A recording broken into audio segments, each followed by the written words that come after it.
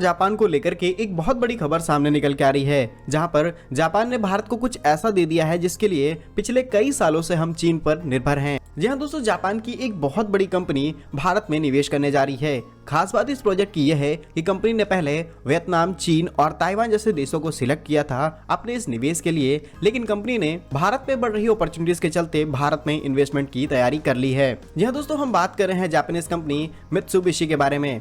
ये company already Bharat के अंदर काम कर रही है, लेकिन अब नई इन्वेस्टमेंट के साथ कुछ नए प्रोडक्ट्स का प्रोडक्शन करने जा रही है। रिपोर्ट्स के मुताबिक मित्सुबिशी इलेक्ट्रिक कॉर्पोरेशन कंपनी अपनी subsidiary company Mitsubishi electric India private limited के साथ लगभग 2.2 बिलियन भारतीय रुपए यानी कि 227 मिलियन डॉलर का निवेश करेगी और इस निवेश की मदद से कंपनी भारत के अंदर अपनी 2 नई यूनिट्स की स्थापना करेगी।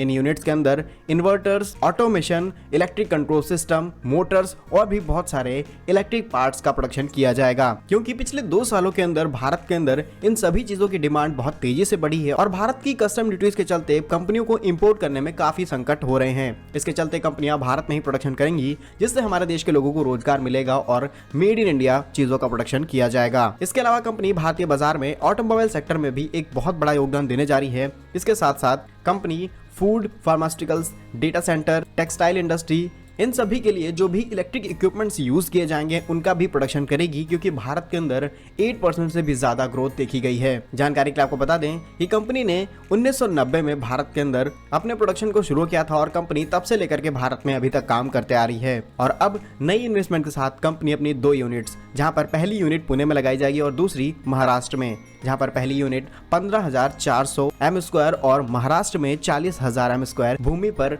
अपनी इन यूनिट की स्थापना करेगी। कंपनी का कहना है कि वो भारत सरकार के द्वारा चलाए जा रहे मेक इन इंडिया मिशन के तहत प्रोडक्शन करेगी और जितना भी रॉ मटेरियल का यूज होगा वो भारतीय कंपनियों से लिया जाएगा।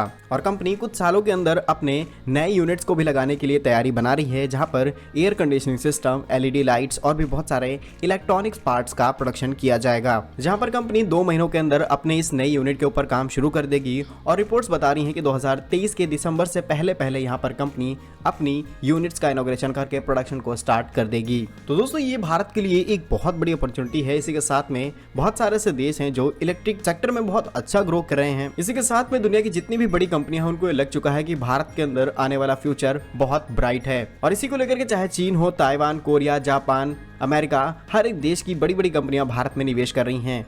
आपकी इसके बारे में क्या राय है, कमेंट सेक्शन में जरूर लिखिएगा। भारत के ऐसे ही यूजफुल एंड इन्फॉर्मेटिव वीडियोस पाने के लिए आप हमारे YouTube चैनल को सब्सक्राइब जरूर कर लीजिए। मिलेंगे हम